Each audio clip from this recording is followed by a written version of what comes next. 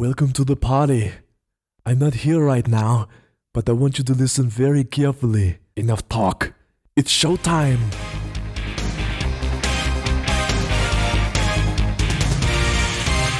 Hello and welcome to Bags of Action. My name's Steve, my co-host is Pete. Hello. This episode we're going to be talking about the 1994 film True Lies, starring Arnold Schwarzenegger, Jamie Lee Curtis, Tom Arnold and many others. Do we want to do a little bit of a recap on the film as a whole first before we get into it? Yeah, we may as well. So it's a remake of a French film called La Totale. Really? Yeah. I didn't know that. Okay, that's a start. Wait, what? Yeah, it's a remake of a French film. That's why it's kind of, I think, so quirky and long. I thought it was the original, Cameron. Wow, no, I think Cameron saw the French film and liked it so much, and then showed Arnie, and then they went, "Oh, let's make this." Yeah, so no, it was originally a French movie. Okay. I don't know that. That's me completely and utterly speculating. That's how these things work, isn't it? On a French film. He just rings him up. He's like, "Arnie, do you want to come around and watch a French film?" And he's like, well, "Hang on." James, I've talked to you about this. I've talked to you about this many times. Please stop. Yeah, so I guess it was James Cameron wrote the screenplay. Yes. As an adaptation. I'd imagine it's not a beat for beat thing. It's more of this concept is good, and there's things about it we can use, and things about it we can change. So, but it was this is very much a James Cameron that he wrote the screenplay, produced it, directed the movie, reunites with Arnie. So, and it was only a couple of years after Terminator 2. In 1994. So yeah, the premise essentially is that he plays Harry Tasker. Is it Tasker? Yeah. Who is for all intents and purposes is James Bond. He is a secret agent, but with a team around him to help him, a bit like Bond in a way. Yeah. But his family hasn't got a clue. That's what he does. Yes. That's kind of lots of things spin out of that, but that's kind of the high concept, really. Yeah, is what happens when the Omega organization. It says the last line of defense. So it's an American Secret Service agency, spy people. And one of the things I'd forgotten but loved about it straight away is that the cold open is so James Bond it hurts. Oh yeah. I am underwater in scuba gear. I am being chased by skiers who are shooting at me. It said it was almost like 3 or 4 Bond openings chucked together. Mm-hmm. And Arnie is so charming. It just that's the thing for this entire film. His charisma is kind of off the scale, I think. And I still think it's mad to think, from somebody who didn't have an acting background and has had to kind of learn to act, having originally got parts for his physicality. Yep. And in a way, you've got something like Twins, which is an out-and-out comedy. You've got Kindergarten Cop, which is a comedy with some bits of drama. Yeah. But this is kind of very much both sides of Arnie in one movie. It's the guy from Running Man, the guy from Predator, and the guy from those more humorous films in this. It helps putting good people around him. You mentioned like Jamie Lee Curtis and Tom Arnold, but it's I think it's one of his better acting roles overall. Really, he's got an ensemble around him, but he's got more to do. But anyway, so so that's essentially what it's about. His wife and his daughter don't have a clue what he does for a living. That is the true lie of the title, I suppose. Mm-hmm. And hilarity ensues. But it's a bit of an interesting twist on the standard Bond or spy thing, in that he is a family man, and even though they don't know, it's not a case of they're a fake family. They are his family, absolutely, his wife and daughter, and everybody else in the company is kind of in on keeping the secret. So there's one, it's not, we're going to spoil the film as we always do. There's one point in the film where she rings him at the office to discuss something and to remind him, and the woman at reception is like, "Oh yes, hang on, I'll just put him through. He's in a sales meeting, and he's actually in another part of the country or something." And she has to kind of task through the phone on a satellite thing to get to him to get the message. He's like, "It's your wife." He's like, "Oh yes, dear, yes, I'm in a sales meeting," and he's spying on someone at the time or something. So it's that was a bit of a deviation compared to any of the other kind of spy films.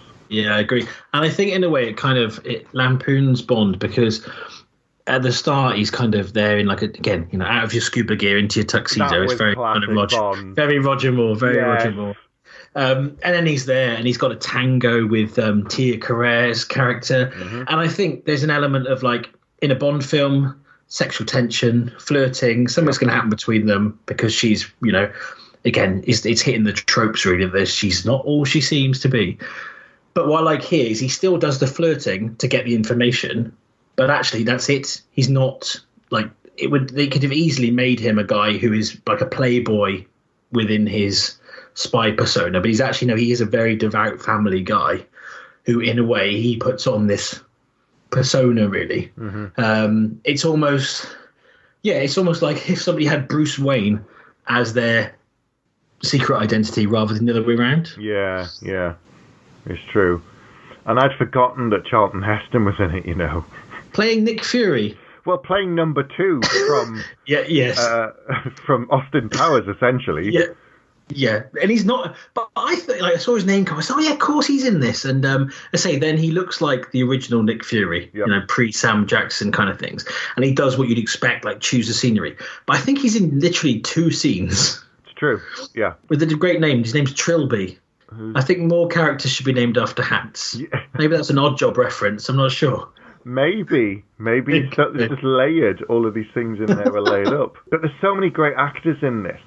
Whether it's Bill Paxton playing, which I'd completely forgotten that entire part. But obviously, it's a James Cameron film, so of course Bill Paxton was going to turn up at some point. But he's great. A very young Elijah Dushku as well when she's playing the daughter, which I'd also forgotten. And Art Malik.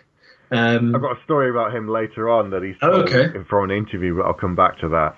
Okay. And Tom Arnold, who, I've seen him in sitcoms and things for years, but he's so good in this, even though, it's not exactly he's playing a very serious role, but it's the way he, in moments, can turn very serious that shows that he really has great range. There's that moment where he finds out, Harry's in trouble and he's like, "Welcome to the club, buddy." And I think their relationship works really well, but also what I really like about the script is because rewatching it, I was like, oh, does he turn out to be bad? Because that was the obvious thing to do, isn't it? The comedy mate, who is your really close friend. You're halfway through the film, you find out they were involved, but actually no, he's just a really good bloke. He's just his closest kind of person in the role. I've actually met Tom Arnold. But not intentionally. I literally was on a work. Tell the story. I told this before. I was on a work trip to LA, and I had a spare day, and I was walking along Hollywood Boulevard, and I turned a corner without looking and walked straight into a man. We smacked chests and both fell backwards. And looked up and both said, I'm really sorry. And then as he walked off, I realised I just nearly knocked Tom Arnold off of his feet. So I say met him. Encountered him. Yeah, but that would have been about 10 years after this film. Actually, when they were talking about a remake. At the end, I must remember to talk about some of there's been lots of almost things done, and there's been things that Tom Arnold's done that have almost kind of spun out of this film. So we'll talk about that, I guess, at the denouement. Okay, well, fine. Using all the French words. It was based on a French film, it's kind of seeping in. Of course. I'd forgotten that this film was quite long. It's very, very, very long. 2 hours and half 2 hours? I think it's 2:40. Let's go to the IMDb page. 2 hours 21, it says. Okay, but I think by action movie standards and by maybe modern standards, that's quite long. But it's one of those films. It's got so many sections to it. Yes, there's a lot of set pieces. The film kind of almost changes completely about a third of the way through. Yeah. Then it changes back. Then it changes again, and it's got that kind of a little bit like Con Air. I was like, oh, it's finished. Oh no, it hasn't finished. There's a whole nother set piece on the end of this set piece that I'd forgotten about. But yeah, there's some ridiculous things in this film as well. That's what I didn't remember. I've seen this quite a few times because I think I saw it on video, rented it, and then I bought an ex-rental copy, which I had. So I've seen this quite a lot, but I'd forgotten some of the crazy, ridiculous things. I'd forgotten the horse and the motorbike. Yes. There's that moment though where you think he's going to do it. The horse, and the horse, and he wants to do it. The horse is like, no. But they made that a comedy moment. Yeah, because they put like the screeching sounds on, didn't they? Yeah, I mean, even the motorbike jump that Art Malik's character does is ridiculous anyway. Oh, it's impossible. To jump across that, and land in a swimming pool, just get straight out, is. And then he goes to do it with the horse. I thought, oh gosh, I was watching it with my wife, and it's the first time she's seen it, and that was the point when she went, "Are you joking? Is this really going to happen?" And she's like, "I've been enjoying this film. What the hell is going on?" And then I was pleased that the horse said no, although he did then talk to the horse to make it reverse, which is and then he then quite a feat. criticized the horse for not doing it, saying, "What kind of a cop are you?" But sometimes the humor was over the top, but there were little times where it was really spot on. Like just before that, he's in the lift with the horse, and there's an elderly couple there, and the wife says to husband, "For God's sake, say something!" And he goes, "There's a fine horse there." And that made me laugh. It just really made me laugh because it's like you're in an awkward situation, no matter what it is, but they're so polite. I feel like the need to say something, not to comment on what's actually happening, but to go, say something. That's a fine beast you've got there. And it's like, oh God, but it's just what you do. You wouldn't It's true. It's true. Because you're in a lift, you can't physically move because there's a massive horse, and on top of that horse is a massive man. Yep. That's as big as a horse. Yep. So yeah, I would have said that's a fine horse as well. I would have just trembled and said nothing at all. So you've got the two lifts going up side by side, one with a crazy guy on a motorbike, and the other one with a guy on a horse. Yes, large man and a large horse. And there's another thing that we talk about this a lot in these films, but I notice it more in 80s films, but this is one of the 90s films where you're like, lots of people are smoking. Yes. And the technology that they're using in the spy stuff is all exists now. Yeah. They've got filming cameras and stuff. But they're nice little touches. It reminded me a little bit of Last Boy Scout, where the daughter is stealing money from his jacket pocket. Mm-hmm. So he notices when he's put the glasses on. Yeah. I thought that was funny. Yeah. There isn't exactly a queue, but they're getting their equipment from somewhere. Yeah. And then testing it out, going check out this new kit. And you're like, oh wow, what's this? And it's and another comedy moment with a crazy. There's a brilliant fight in the gents' toilets. Guy who sat on the toilet through the entire fight. Yep. He just apologizes to him at the end. Yeah. And he just kind of shuffles out with his trousers around his ankles. Yeah. I mean, as he's riding the horse through the hotel, he says sorry about a dozen times. Excuse me, sorry, all the time. It's like he's so polite. What would the man look like? I don't know. He's a large man on a horse, but he's very polite. He apologised for barging out the way, and Yeah, God, that is a big set piece as well. But it was very funny, very very funny. And I think this was probably one of the first films where, whenever we cover 80s films, it seems to be like Russians were the bad guys. Yeah. And then this was kind of, I think, the first, and maybe that's what Art Malik touched on, but this was the first time it started to be kind of a Middle Eastern kind of vibe to the villains. Yeah.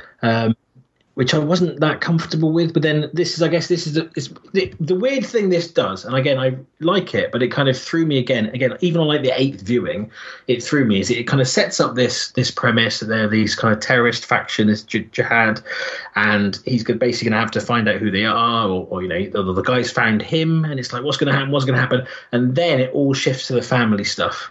Yeah, and you get pulled out of that story for about an hour, I think. Which is one of the reasons that the Crimson Jihad, that's what they're called. Yep. I think that's one of the reasons it's got quite a long runtime, is because kind of you're watching one film and then suddenly you're almost watching another. But the stuff that does happen is also very good, for many reasons. So this is the clever thing, I think, because I think you'd be wasting Jamie Lee Curtis if she was just the quiet kind of mousy wife kind of sat in the house. Yeah. Anyway. Yeah. So it's clever because he's got this double life. He's not home very often. He doesn't really spend much time with his wife, you don't sense, and his daughter hasn't really connected with him that much. They don't seem that close because obviously he's very busy. And then out of this, he starts to think his wife. It's a bit like Bad Boys, actually, in a way. He starts to think that his wife's having an affair. Yes, with Simon, this mystery man that she's met. Because he messes up, he's supposed to come home for his birthday, and he's too late because of work. And then he goes to apologise at her work at lunchtime to take her out to lunch, but she sneaks off to have a secret lunch with this Simon. And this is where the film completely shifts gear. I remember the first time I watched it, I was expecting a kind of Bond pastiche, and then the stuff started to unfold, and I just thought, what is this? And the film's just so different, and then it's almost like you kind of forget about the other stuff, and then suddenly when it comes back in, you're like, oh yeah, wait, there was that other stuff going on. That's right, terrorists. Yes. Yeah, and the funny thing, looking at it again now, you go, actually, it's like this whole is the main the story with Art Malik's character. He's like this ticking time bomb of it's like a race against time, as you'd expect in these kind of films. But they also manage to like put it to one side, get on with those other stuff, then go back to it and still pick it back up.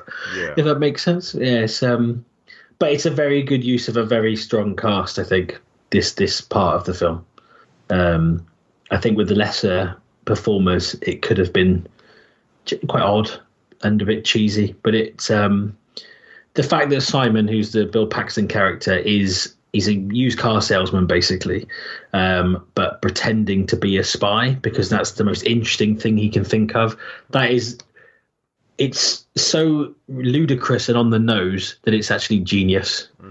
I think, because it just puts those two worlds, and it changes his relationship with his wife because he sees that she's, what she's missing out on with him being not around so much, and actually the real thing that he's doing would be exciting. It is clever. It is clever. Yeah.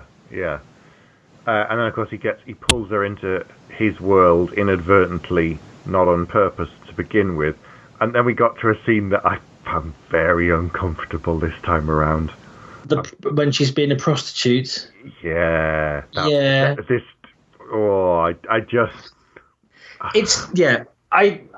I'm annoyed with myself for not being uncomfortable with it the first time I saw it, if you know what I mean. I remember thinking, oh yeah, he's just, he's going through this situation, he's making a strip off, whatever, but that's his wife, But you watch it again now and you go, no, he's essentially making her feel like she's doing this in order to kind of, for this plot, and then she still doesn't know it's him. And that's the bit that gets... That's the thing. So the first time, Simon's trying to trick her and make her pretend to be his wife in order to be this, not to give things away. And she doesn't go through with it because she loves her husband, right? And then he gets her to say, no, I love my husband. I haven't slept with anybody else. And he's happy about it. Then he sets her up on this fake thing.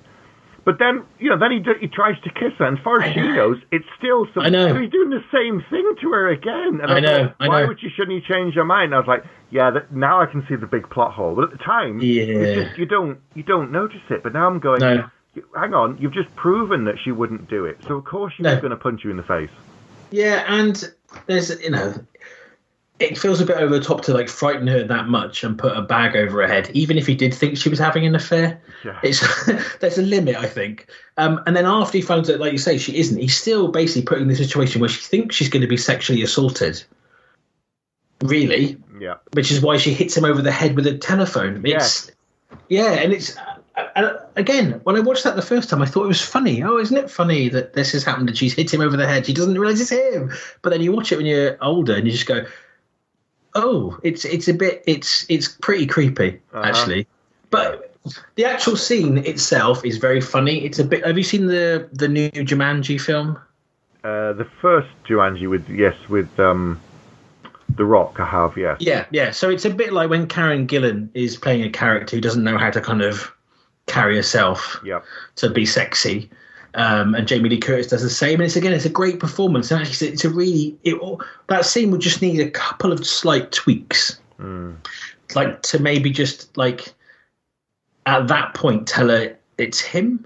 And he's like got a rose. It's almost like, yes, this is all very romantic, but it could be a romantic fantasy if she actually knew what the hell he was doing. Yeah. It does. it is quite uncomfortable. But then suddenly the other part of the film crashes in because suddenly the terrorists have found him. He was searching for Art Malik's character, and suddenly he's found him instead, and he kidnaps them both and takes them away, and that's it. And then you realise, oh yeah, wait, that other stuff's going on again. It's still happening. Yeah, and it's interesting as well because I think even though you had a horse craziness, a motorbike, and all that kind of stuff in the first third, but once you've been through this whole kind of family comedy and other bits and pieces, and you go back into the sort of terrorist threat world, it all feels a little bit more heightened and ridiculous to me. It did to me because it's a weird thing. The first 20 minutes of this film are so strong because you get a sense of jeopardy, you get the sense that something's going on, but you also really like the people and you're laughing. Yeah. It's that perfect kind of what action comedies or action films, just do really well.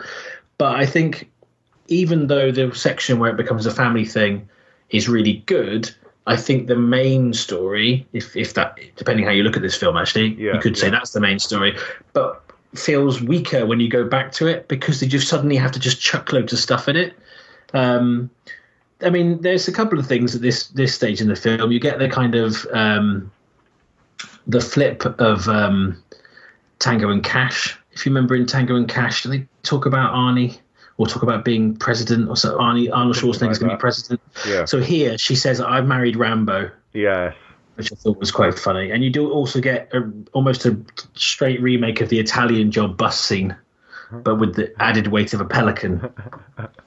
What I did like was once he kind of he's pretending to begin with that he's just a bumbling and it's all wrong and he's not who he says he is, and then when he realizes he can't, he takes a breath and then just says exactly what the weapon is and what it can do. And it's like, I'm a spy. I'm sorry. It's just that. But there's that moment where once they're chained, handcuffed together, and he's been given the truth serum, the doctor comes back and says, "Anything you'd like to tell me?" and tells him exactly what he's going to do. And you're like, "Oh, okay, that's interesting." And he kills like 12 people or even 15 people in about 2 minutes. Yeah. And that's when she says, it's like, but then you suddenly realise that's how good he is at what he does. And even drugged up, Harry, not pretending to be this kind of bumbling guy, is really, really good at what he does. Yeah, he is. He is. And and you don't usually get that in a film that goes so far the other way. No. With the comedy stuff. And what I also like, because the drawback is that we talked about then was about how she's treated in that scene. I think that it feels very dated. Mm-hmm. But what I do like is as soon as she's involved, she's actually very capable. Yes. She's not this damsel in distress that he's running around holding her hand. She is able to, she has a fight with Tia Carrere. It's a little bit self-indulgent, but they have a fight in the car. Yep. But she does hold her own. She does do things to get them out of situations herself. She isn't just kind of, but obviously, that leads to where the film ends. But she's more than capable of holding her own, which I thought was really good. It's almost like she's got this kind of extra layers to herself that she just hasn't been allowed to show until this happened. Yeah, and part of the reason she was seeing Simon was for the excitement and to feel something, and to do something like that, and to feel like life hasn't been passing her by at her age, and she just wants to live. So she gets to kind of. But that's the weird thing. In another film, if they'd gone through this troubling experience and had all of this, she would have gone back to being the housewife, and he would have carried on being a spy, and she would have just known about it, and that's how the film would have played out, and you would have gone, they're happy now because everything's okay, and he's the spy again. But it's like, no, we're not doing that. We're moving things forward. So it's changing, and she's changed, because that's the biggest change in the film. The fact that they find out is kind of by the by. It's that. She transforms. Harry doesn't really, apart from they learn a bit more. He's still the badass that he was in the first 5 minutes when he kills 12 guys on skis and blows everybody up. Yeah. Well, I think he in a way, all he does at the end is he loses the fake persona he has at home. Yeah. In a way. Yeah. And then they just find this kind of it's really. The other thing is that his daughter is also that. Again, the female characters in it, like the daughter, who's taken in the kind of extra end scene, she can handle herself too. The other ridiculous thing is him flying a Harrier jump jet. That was the thing that was up there with the horse and the motorbike. To be honest, let's not get into that. But because if you go back and look at the making of that now, and you've seen how they put it together, you go, it looks a bit shaky. But at the time, this is 19. Oh yeah. I wasn't thinking of how it looked. I was thinking just more of the fact that he could just jump in a Harrier jump jet and go, oh, I think I had a couple of hours in one once, and then. But I guess there's a comedy moment of him trying to fly it because it's a vertical takeoff and landing, isn't it, a Harrier? And he's kind of trying. He's almost like somebody driving with stick shift. He drives an automatic for the first time. And then jumping on the plane and stuff. It is all ridiculous, but you can't, because of who's involved, they can get away with it. Whereas I think in other films it would have just been like, hang on a sec, I don't believe any of this is possible. But it's just, well, it's like a Bond film, isn't it? It's that heightened kind of reality thing which works really well. The only thing missing is driving a tank, because you've got him. Yeah, that's true. Driving cars very fast, swimming, explosions, flying a plane. The only thing missing is a tank, I think, from a normal kind of Bond-ish type film. I mean, the weird thing is, the equivalent that's coming out in the last few years that's a mix of this comedy and super heightened action and drama, of course, is the Kingsman film. Yeah, I've seen the first one. I haven't seen the second one yet. I haven't seen the second one, but of course there's a third one that's sort of like a prequel. Yes, there it goes. No, I do. You sent me the trailer. Yes, I do. I am aware. Yes. So it's like that's the only modern equivalent I can think of. But there again, as you said, it's a franchise. They did the first one, and it did well enough. They want to do a second one, but they wanted to keep it going, so they make it a franchise. So, but again, I will come back to that at the end about this film too. What might have been, what might still be. Yeah. And it's we're jumping. We've rattled through this, but he does get to say you're fired. The actual one line, in a way, the one-liners he says aren't really needed, and they're not very strong. The funniest bits aren't the Arnie one-liners. Yeah. In some of his films, they are the best thing, but here you're like, you don't need to say that. It's fine. You've got enough people around you kind of doing stuff. But what I really like, so we mentioned then that like Diana, his daughter, is capable. She kind of climbs off and runs off with the key. She doesn't just let the guy take her. No. His wife is the same, but also Tom Arnold's character and Fazil, the other guy that works with him, they all are very capable. Whereas quite often, if you're doing something like this, which has got a comedy element to it, you make one of the other people a bit incompetent. Yes. Which is never very believable. It's certainly, I guess, in a spy situation, it really wouldn't be believable. It's almost like he can't actually do this on his own. He does need these other people around him, even though he's ridiculously capable. Yep. He does need these other people getting him intel and infiltrating and doing the things that he can't do solo. I was looking at, if you go back and look at his Arnie's filmography for kind of the years up to that, he's had lots of kind of relatively straight roles, with some one-liners like Predator and Raw Deal and Red Heat and stuff. And then he kind of wanted to do more, and he got Twins, which is some comedy, and Kindergarten Cop. Then he goes back to kind of more serious with Judgment Day, Terminator 2. And then he goes through like a run of a mix of drama, action, and comedy. And you get your favourite, Last Action Hero. Nice. Then we get True Lies. Then we get Junior. Ugh. But then he goes to something like Eraser, which didn't do very well, I think, if you remember. But that was a straight drama. There was no comedy in that at all. But then he did Jingle All the Way, which was very much a comedy. Yeah. Batman and Robin, which was unintentionally a comedy. And then he went through the lean. Well, I think it was the lean period, really, like End of Days, 6th Day, Collateral Damage. Okay films, but not great films. The third Terminator film that we now can get to pretend didn't happen. Around the World in 80 Days, him and Jackie Chan, which I never saw. I never saw that either. Yeah. Yeah. But so he went through like this period of where there's a real mix of comedy, and he wanted to obviously stretch and do. I mean, he could have just kept doing the same thing, and no one would have said anything. They would have said, "Oh, that's what he's good at. That's what he does. Just let him keep doing that." And then he had the 5-year gap, I suppose, of being in politics when he wasn't doing anything. I thought it was longer than that. It's actually only 5 years that he was away from the screen.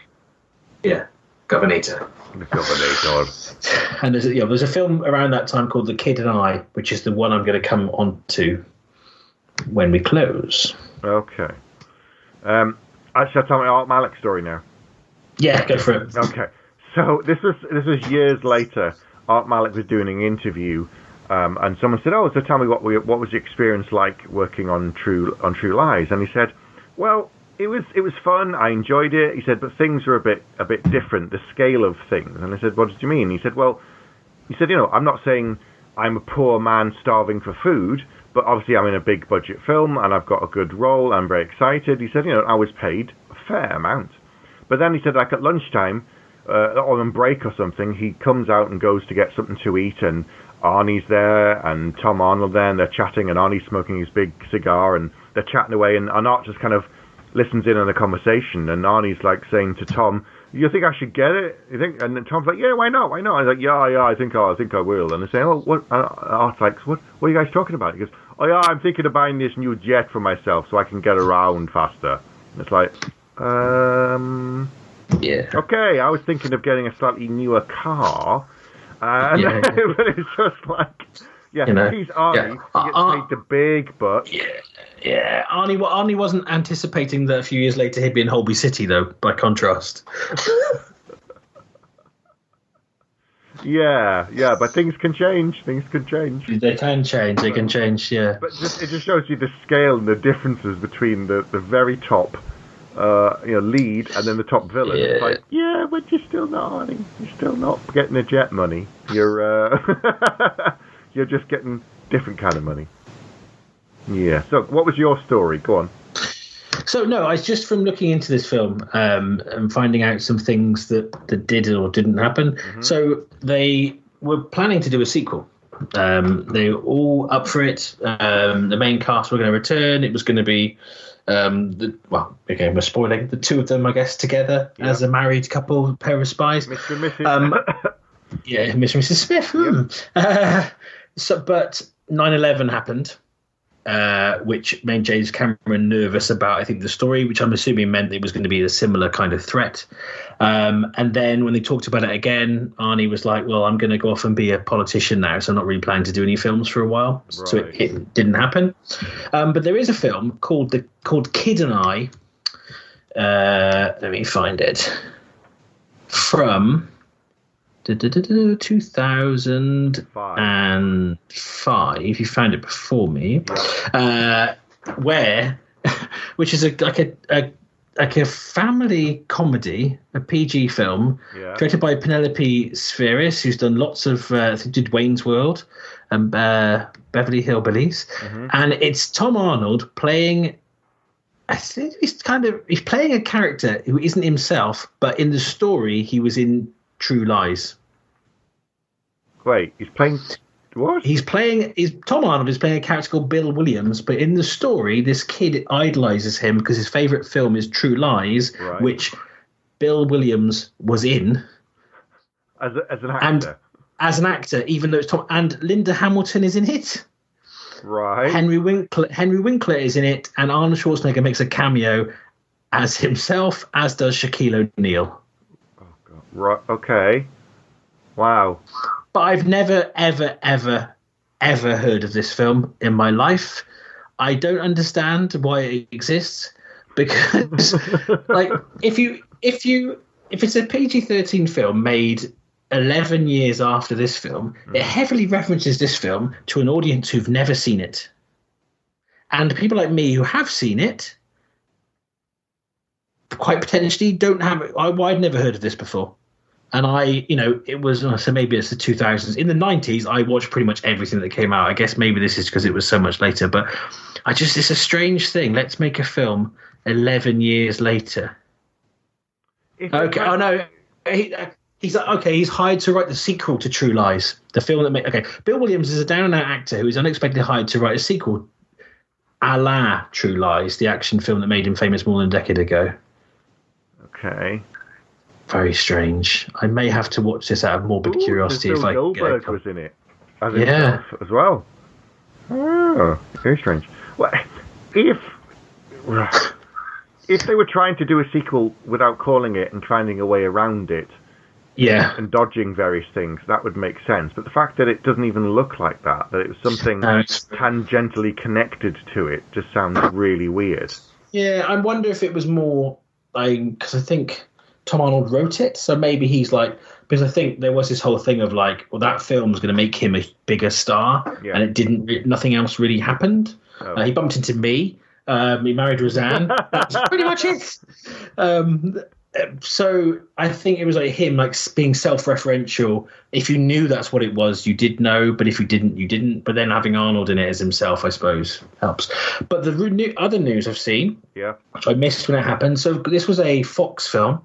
Fox, of course, are now owned by Disney. Yeah. And they are rebooting this as a TV series for Disney Plus. Oh. Directed by McGee. Well, okay. That might work. But who are they going to have in the role, I wonder?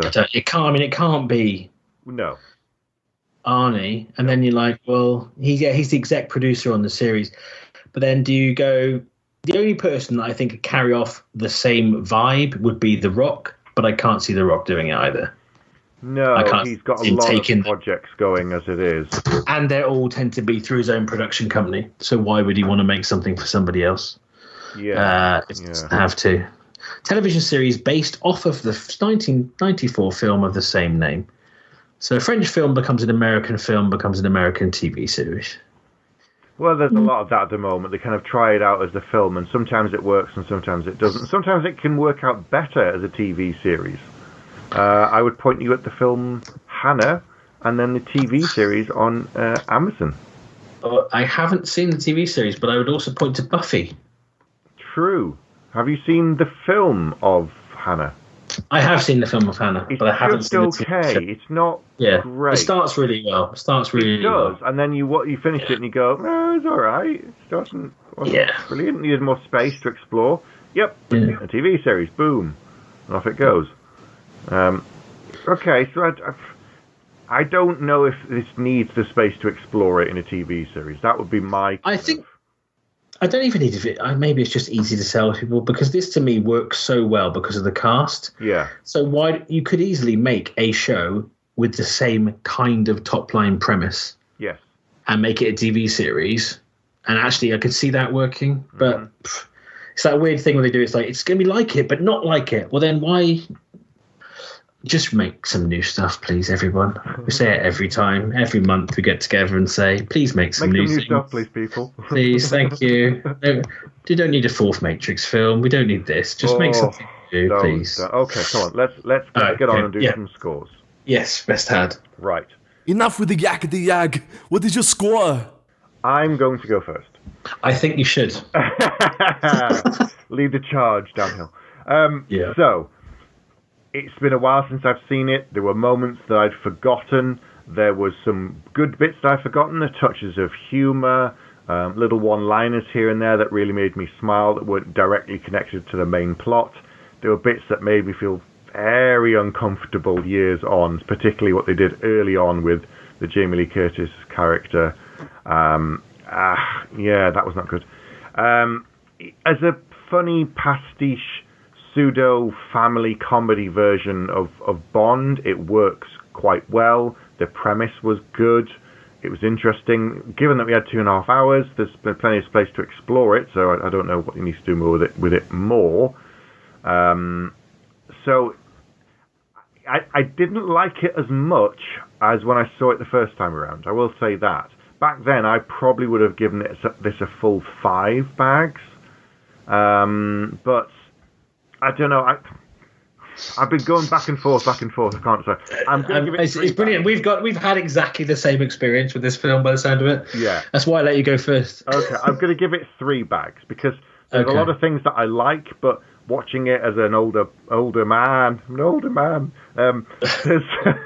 there's things I would definitely change. There's things I would be like, you can't do that now. And there's things that need updating. And even with it still being a comedy fun film, without it being a family friendly one, because remember, he does kill like 70 people just by himself. Yeah. Never mind anything else that he does.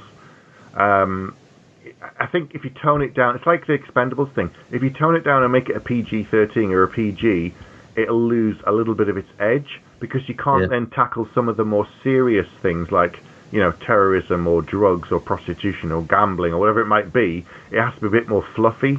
So I like that they did that in this and kept it a bit tougher. But yeah, there's definitely room for improvement. So I think 3 out of 5 is a fair score. Okay. So this has got proper action in it. It's got real tension alongside humour, which I think is very hard to balance, and it does it very well. As we said, it's got a very strong cast and director. Arnie's charisma and presence going to lift this film a great deal. I say, back in the day, I agree, it would have been a 5 easily. It was one of my favourite films of its type. I used to recommend it to other people to watch. As I say, I bought a copy of it.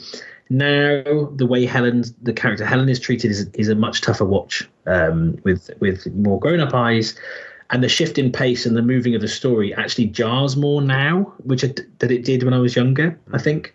Things like the horse, things like the usually falling down the stairs and taking everybody out, which we didn't even talk about, are both kind of ridiculous, which kind of... That's the bit where I think the balance is slightly off.